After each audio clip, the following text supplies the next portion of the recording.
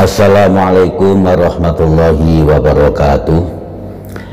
Alhamdulillah, assalatu wassalamu ala rasulillah wa ala alihi wa sahbihi wa mawalah. La hawla wa la quwwata illa billah, amma ba'da.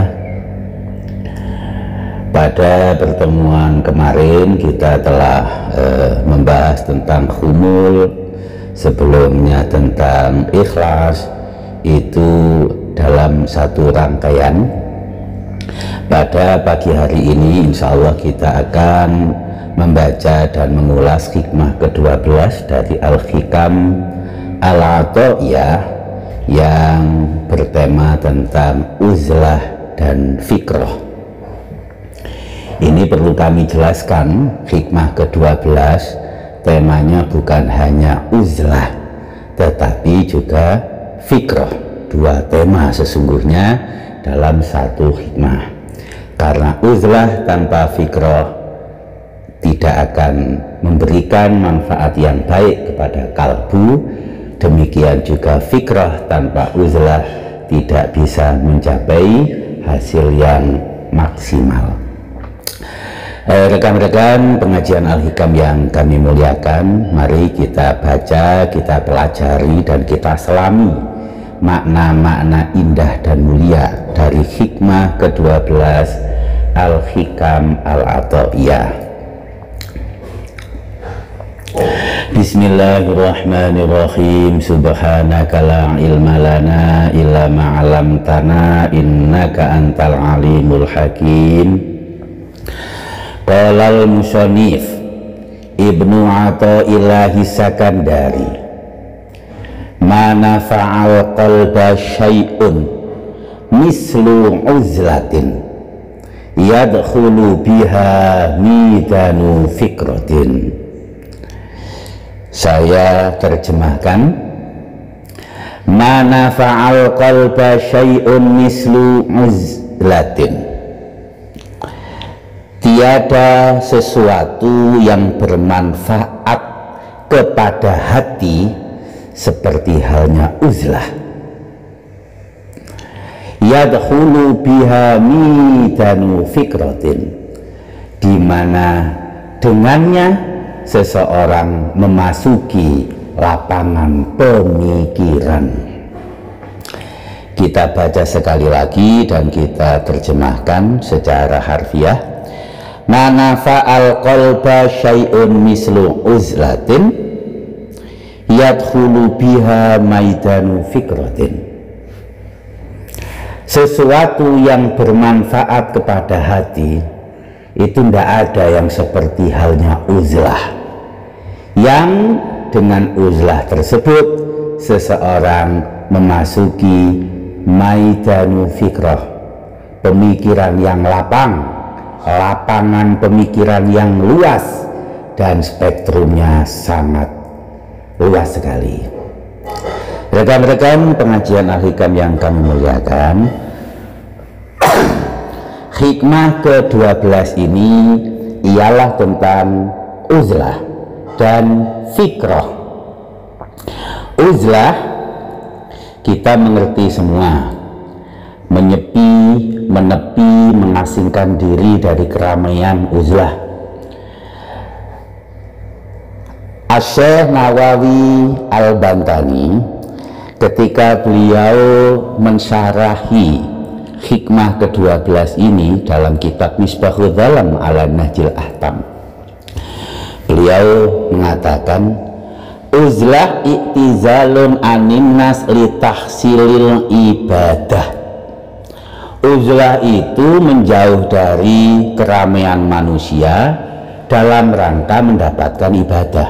Lali tolabi syuhroh, bukan dalam rangka untuk dikenal, terkenal, bukan dalam rangka agar masyhur.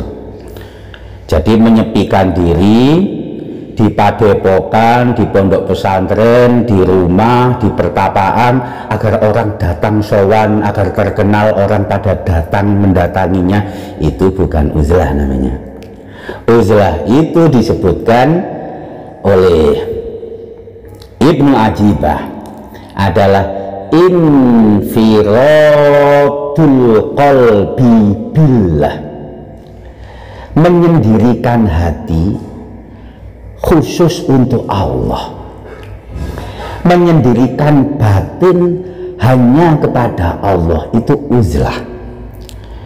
Apakah yang dimaksud uzlah di hikmah ke-12 ini seperti itu? Imam Nawawi Al-Bantani, sekali lagi saya kutip, memberikan makna uzlah itu dua. Ada uzlah yang hissiyah, ada uzlah yang ma'nawiyah. Uzlah yang ma'nawiyah yang saya sebutkan tadi dikatakan oleh Ibnu Ajibah, infiradul qalbi billah, saat kita menyendirikan hati hanya kepada Allah, hanya untuk Allah, itu uzlah yang maknawiyah. Nah, sekarang uzlah yang hissiyah seperti apa? Uzlah yang hissiyah adalah infiradul qalib anin nas, saat yang punya hati, yaitu seseorang, menyendiri dari keramaian manusia, menyepi dari hiruk pikuk, menepi dari khalayak ramai, itu adalah uzlah yang hissiyah, uzlah fisik. Dan itu dulu yang akan kita bahas di hikmah yang ke-12 ini sebagai permulaan. Rekan-rekan yang saya muliakan, jadi uzlah ada yang hissiyah, ada yang maknawiyah, ada uzlah fisik, ada uzlah batin. Uzlah fisik dengan menepi dari keramaian makhluk, dengan menyepi dari khalayak ramai, dengan menjauh dari keramaian manusia, itu adalah uzlah yang fisik, uzlah yang hissiyah. Sedangkan uzlah yang maknawiyah adalah infiradul qalbi billah, menyepikan hati dari selain Allah, menyendirikan hati khusus hanya kepada Allah Subhanahu wa ta'ala. Itu adalah uzlah yang maknawiyah. Nah, mana fa'al qalba syai'un mithlu uzlatin, hikmah ke-12. Banyak sesuatu yang bermanfaat untuk hati, tapi Ibnu Athaillah mengatakan dalam hikmah ke-12 ini, dari banyak hal yang bisa membawa manfaat kepada hati, tidak ada yang manfaatnya itu seperti halnya yang diberikan oleh uzlah. Uzlah manfaatnya kepada hati tidak bisa dibandingkan dengan hal-hal yang lain. Namun uzlah seperti apa yang sangat bermanfaat kepada kalbu, yaitu uzlah yang yadkhulu biha maidanu fikrah, uzlah yang dengannya seseorang memasuki pemikiran-pemikiran, menggunakan waktu uzlahnya bukan hanya diam pasif, tapi tafakur aktif. Itulah uzlah yang paling bermanfaat dalam hati, uzlah yang memberikan faedah yang baik kepada hati, uzlah yang dibarengi dengan tafakur. Rekan-rekan yang kami muliakan, karena uzlah sendiri oleh Rasulullah pernah dilakukan sebelum beliau mendapatkan nubuwah dan risalah. Biasanya uzlahnya Rasulullah di Hira itu kita kenal dengan khalwah. Memang khalwah, uzlah, dalam bahasa lain bahkan inkita anin nas, memutus ya dari manusia, itu diberikan makna yang tidak jauh. Khalwah, uzlah, inkita anin nas. Rasulullah sebelum nubuwah beliau khalwah, beliau uzlah. Dalam surat Maryam ayat ke-49, saat menceritakan tentang Nabi Ibrahim, Allah Subhanahu wa taala berfirman, falamma tazaluhum wa ma ya'buduna min dunillah wa habna lahu ishaqa wa yaquba wa kullan ja'alna nabiyya. Saat Ibrahim iktizal, Ibrahim uzlah, Ibrahim menjauhkan diri dari mereka dan apa yang mereka sembah. Tentu yang mereka sembah adalah selain Allah, yaitu kaumnya, ayahnya Nabi Ibrahim. Di saat uzlah seperti itulah kami berikan kepada Ibrahim Ishak dan Yakub. Jadi itu uzlah. Di ayat sebelumnya juga uzlah disinggung oleh Allah. Perkataan Nabi Ibrahim yang diceritakan dalam kalamullah di kitab suci ini, wa'tazilukum wa ma tad'una min dunillah. Aku akan menjauh darimu, kata Nabi Ibrahim, dan aku menjauh dari apa yang kalian sembah, karena yang kalian sembah itu selain Allah. Kemudian wa'at'u rabbi, aku akan fokus untuk berdoa dan bermunajat kepada Rabbku. Jadi Nabi Ibrahim uzlah di ayat ke-48. Di ayat ke-49 dari surat Maryam, saat uzlah itulah Nabi Ibrahim mendapatkan anugerah Ishak dan Yakub, yang keduanya meneruskan estafet kenabian sampai dengan Isa alaihissalam. Rekan-rekan yang kami muliakan, uzlah yang disampaikan oleh Nabi Ibrahim di surat Maryam ini adalah menepi dari kalian. Jadi menepinya dari dua, menepi dari kalian kaumnya Nabi Ibrahim itu, dan menepi dari apa yang disembah oleh kalian. Rekan-rekan yang kami muliakan, bagaimana kita selalu berusaha untuk melakukan apa-apa yang membawa manfaat kepada hati. Itu adalah suatu kegiatan penting, aktivitas yang sangat vital bagi kita yang selalu dan selalu merindu ridho Allah Subhanahu wa taala. Bagaimana tidak? Kalbu dan hati yang salim itulah yang bisa membawa kita untuk bisa menghadap Allah dan meraih ridhonya. Yauma la yanfa'u malu wa banin, yauma la yanfa'u malu wa la banun illa man atallaha biqalbin salim. Asy-Syu'ara 88 89. Hanyalah mereka, kecuali mereka yang menghadap Allah dengan kolbun yang salim, dengan hati yang salim. Di saat la yanfa'u malu wala banun, di saat harta dan keluarga, di saat kekayaan dan keturunan tidak lagi punya manfaat apa-apa, maka dalam hikmah ke-12 ini Ibnu Athaillah mengatakan, ayo kita cari apa yang bisa membawa manfaat kepada kalbu, dan yang paling bermanfaat untuk kalbumu adalah uzlah yang disertai dengan tafakur.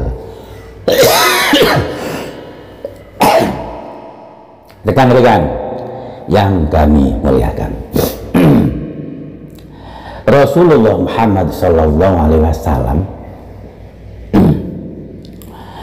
mengkhawatirkan du'ful yakin. Sabda beliau,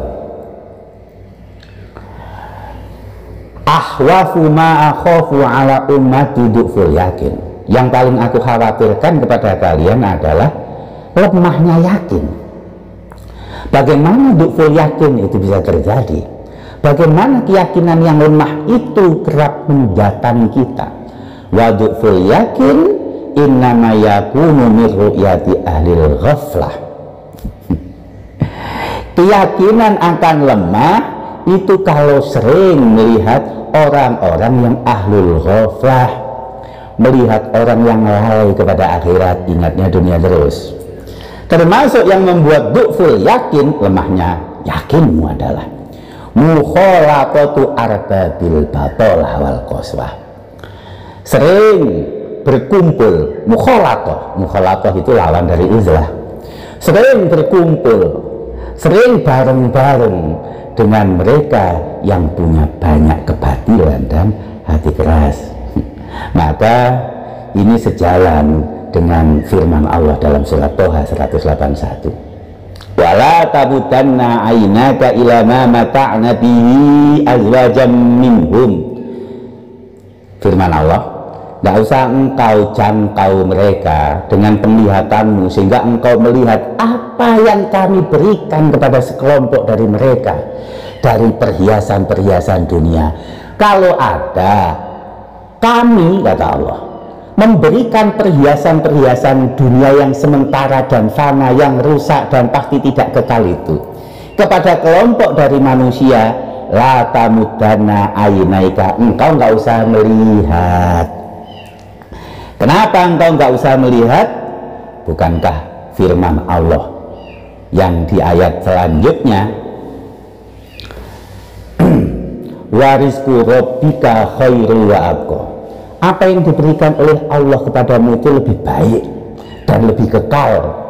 Yang kami berikan kepada mereka perhiasan dunia itu hanya bunga kehidupan dunia yang tidak kekal dan tidak baik.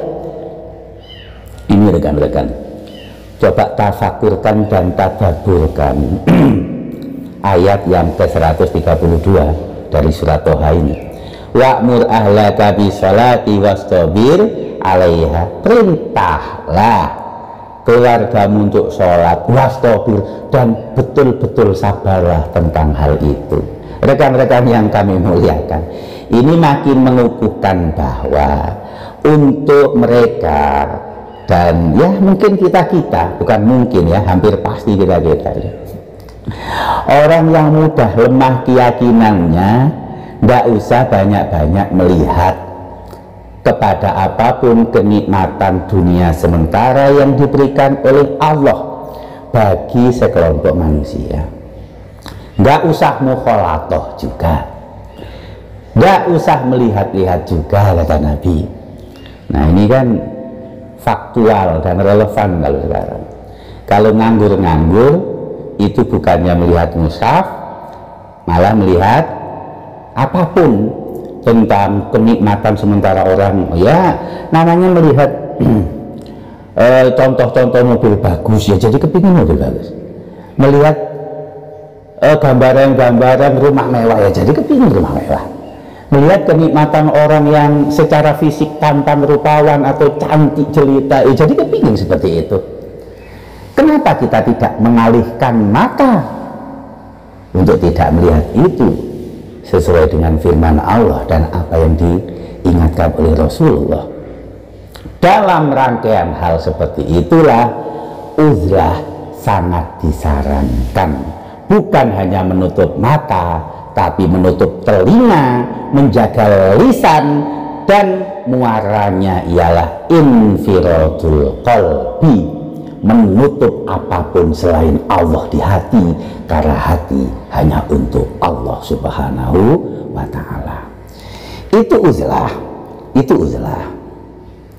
Nah, rekan-rekan yang kami muliakan, dalam hikmah ke-12 ini, uzlah yang bermanfaat itu adalah uzlah yang dibarengi oleh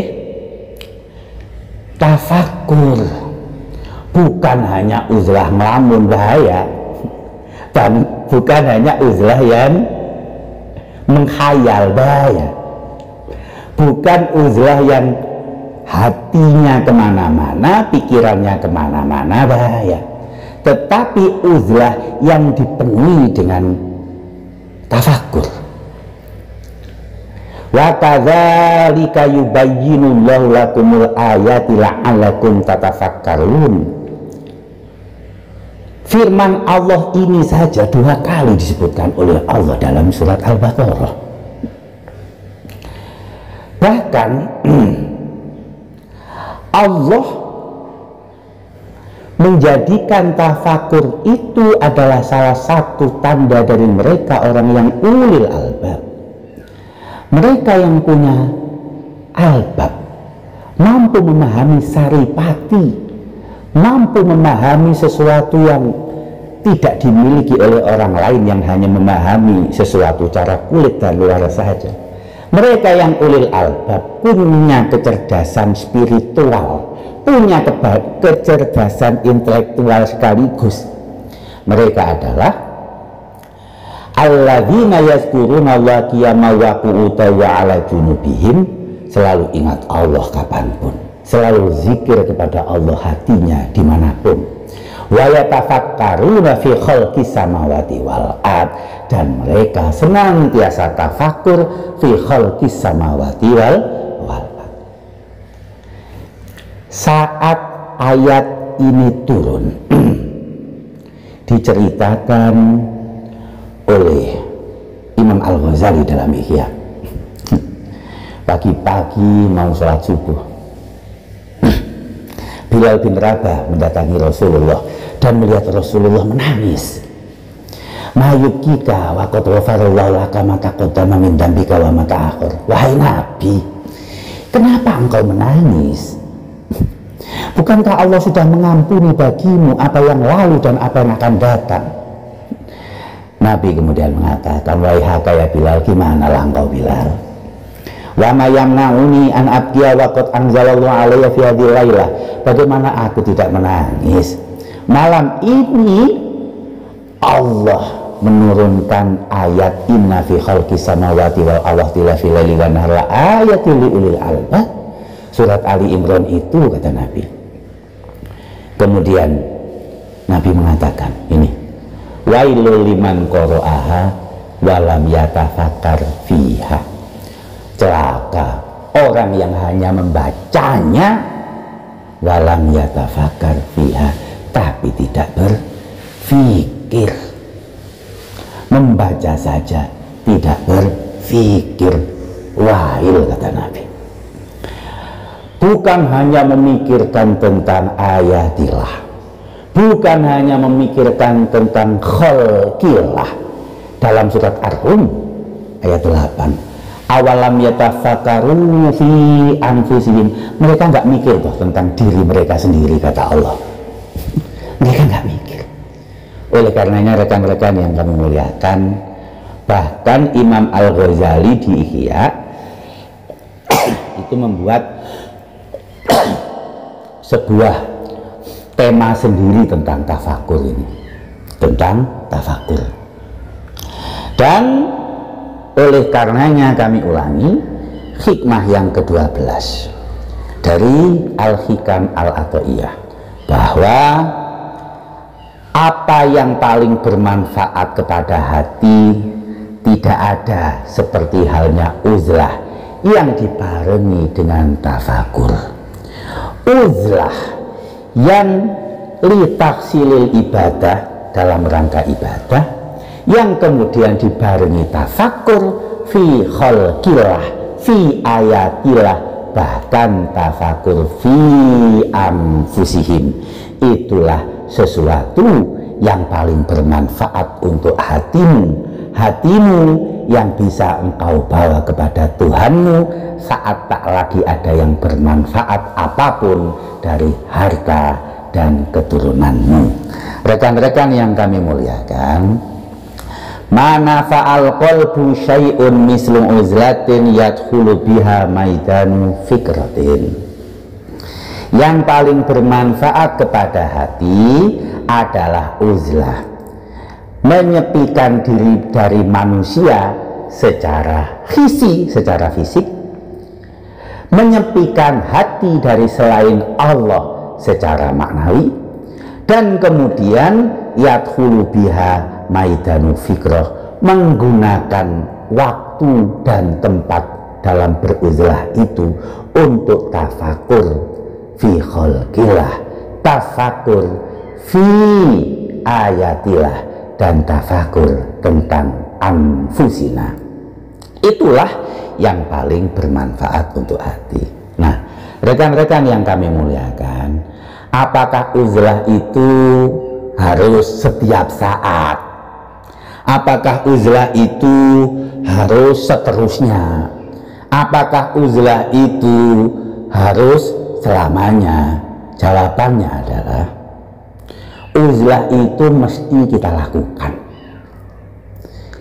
Uzlah itu apalagi dalam situasi dan zaman ini mesti kita lakukan dengan fikroh, dengan tafakur.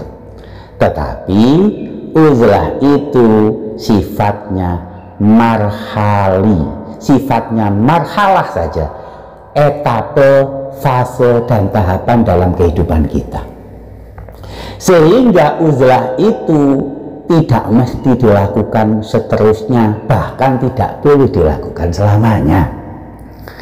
Uzlah itu mesti dilakukan dalam waktu temporal, dalam waktu tertentu. Kadang kita membutuhkan uzlah, kita uzlah. Kadang ketika kita siap, kita mukhalatoh.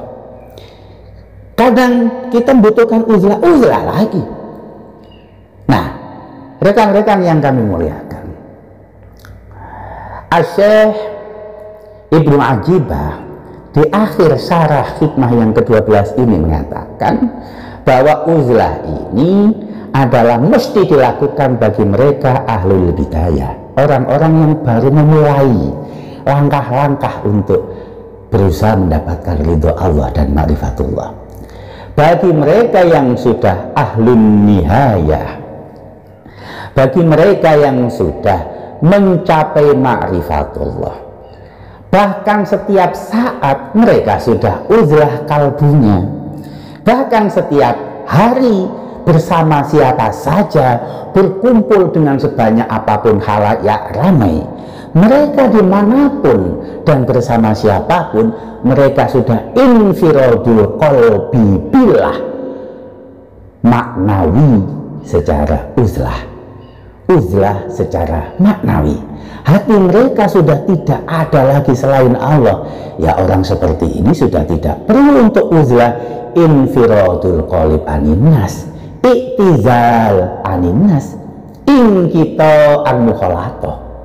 Orang-orang yang sudah ahlul nihayah, sudah mencapai tahapan dan derajat bisa untuk menyepikan hati dari selain Allah, mengkhususkan dan menyendirikan hati hanya kepada Allah.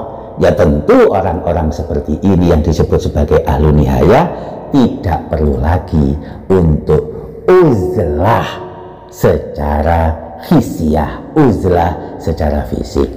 Rekan-rekan yang kami muliakan, tapi zaman sekarang loh ya, zaman sekarang ini nampaknya, apalagi untuk kita-kita yang kelasnya pemula, bukan pemula, memang betul-betul awal dari pemula ya, bukan hanya bidayah, tapi mungkin awal-awal bidayah ya. Ini harus uzlah, harus menyempatkan diri. Mungkin kita ambil 1 jam sebelum pagi, 2 jam sebelum tidur. Cobalah kita tengok. Ya mohon maaf cakap ini harus kita katakan. Orang kalau hanya terus rutin saja melakukan kegiatan sehari-hari, dia tidak berusaha mengasingkan diri dari keramaian, dia tidak berusaha menutup mata, menutup telinga, menjaga lisan, apalagi menutup diri, entah itu di sudut kamar, entah itu di rumah, entah itu di tempat mana, di mana kita bisa uzlah. Coba kita perhatikan, ya itu saja. Penyampaian ilmunya tidak maju-maju, pemikirannya stagnan, karena sekali lagi bahwa uzlah itu adalah hari ini, saat ini, apalagi untuk pemula, kebutuhan mutlak untuk kita lakukan. Tinggal teknisnya seperti apa, tinggal caranya bagaimana, dan uzlah yang bisa memberikan manfaat kepada kalbu hanyalah uzlah yang dibarengi dengan tafakur. Rekan-rekan yang saya muliakan, oleh karenanya Kalau kita melihat sejarah, tadi sudah kita sampaikan bagaimana Rasulullah khalwah uzlah sebelum nubuwah. Bahkan Imam Al-Ghazali, Muhammad bin Muhammad Al-Ghazali, beliau mencapai tahapan secara gemilang, derajat spiritual beliau dapatkan, karya intelektual beliau bisa karyakan dengan begitu baiknya, bukan saat beliau memegang jabatan sebagai rektor di sebuah perguruan tinggi yang didirikan oleh Nizamul Mulk selama belasan tahun beliau di situ, bukan di saat beliau menjadi pengkhutbah dan menjadi pendakwah yang luar biasa dikagumi, yang mendengarkan ratusan ribuan orang, bukan seperti itu. Bukan di masa ketika beliau terkenal menjadi tokoh publik dan intelektual yang nyaris tak tertandingi masa itu, bukan seperti itu. Diceritakan oleh Imam Al-Ghazali dalam Munqidh Minadh Dhalal, salah satu mungkin autobiografi beliau, adalah saat beliau menyepikan diri di Syria, di Damaskus. Saat beliau menutup diri di menara Masjid Damaskus, tidak mau menerima siapapun, tidak mau bertemu apapun, kecuali beliau hanya untuk sholat fardu, kemudian masuk lagi. Khalwah, uzlah, disertai oleh tafakurnya Imam Al-Ghazali, menghasilkan kitab-kitab yang berkualitas, yang nyaris tidak bisa ditandingi sampai hari ini, seperti Ihya Ulumuddin dan lain-lain. Rekan-rekan yang kami muliakan, sering sekali kita harus menyelamatkan diri kita, memprioritaskan kita. Bukan berarti kita tidak mukhalatoh, bukan berarti kita tidak bersosial. Kita harus bersosial, kita mesti mukhalatoh. Tapi bukankah waqaddimu li anfusikum, bukankah ku anfusakum, selamatkan dirimu baru keluargamu. Prioritaskan dirimu dalam takwa kepada Allah. Firman Allah, ayat ini kan dalam konteks keluarga, tapi qaddimu anfusakum, apalagi dalam sosial. Maka bermasyarakat itu harus bersosial, harus dakwah mesti kita lakukan, taklim, majelis ilmu itu juga mesti kita, mungkin harus kita adakan secara ramai, secara gegap gempita.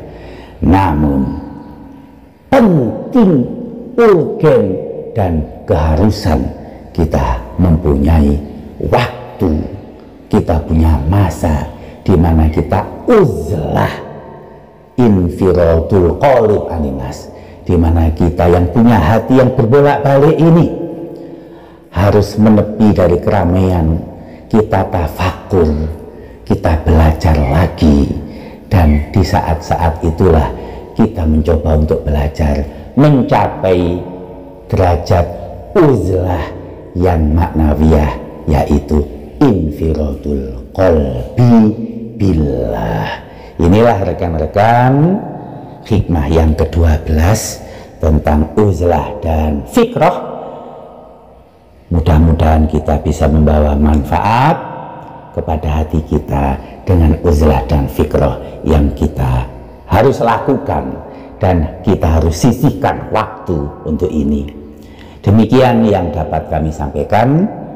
Kurang khilaf dan salah saya dalam penyampaian, saya mohon maaf yang sebesar-besarnya. Ala faminkum. Assalamualaikum warahmatullahi wabarakatuh.